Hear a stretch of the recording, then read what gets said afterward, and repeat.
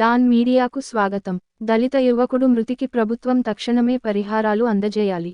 పట్టిసీమ మహాశివరాత్రి ఉత్సవాలలో ప్రమాదవశాత్తు విద్యుత్ ఘాతానికి మృతి చెందిన దళిత యువకుడు హర్ష కుటుంబానికి ప్రభుత్వం తక్షణమే పరిహారాలు అందజేయాలని, వారి కుటుంబానికి తగు న్యాయం చేయాలని మాల మహానాడు రాష్ట్ర అధ్యక్షులు నల్లి రాజేష్ డిమాండ్ చేశారు. శనివారం పట్టిసీమ గ్రామంలో స్థానిక కమల నరసింహ నిలయంలో జరిగిన మాల మహానాడు నాయకుల సమావేశంలో ఆయన మాట్లాడుతూ, పట్టిసీమ మహాశివరాత్రి ఉత్సవాలలో అధికారుల నిర్లక్ష్యం వలన విద్యుత్ షాక్కి గురై మృతి చెందిన దళిత యువకుడు హర్ష కుటుంబానికి రోజులు గడుస్తున్నా పరిహారం అందించడంలో విద్యుత్ శాఖ మృతుని కుటుంబానికి సహాయం అందని పక్షంలో రాష్ట్ర స్థాయిలో విద్యుత్ శాఖ అధికారులపై ఆందోళన చేస్తామని హెచ్చరించారు.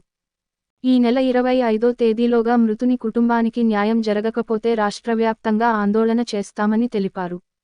ఈ కార్యక్రమంలో మాల మహానాడు రాష్ట్ర ప్రధాన కార్యదర్శి సోబ్బన మోహన్, జిల్లా అధ్యక్షులు గుండె నగేష్ బాబు, రాష్ట్ర కార్యదర్శి కర్ని జోగయ్య, మోతా నరసింహారావు, జిల్లా కార్యదర్శులు ఏనుగుపల్లి చంద్రశేఖర్, కొయ్యేలగూడెం రొక్కాల నాగరాజు, తొర్లపాటి శ్రీనివాస్, తండ విశ్వకరాజు తదితరులు పాల్గొన్నారు.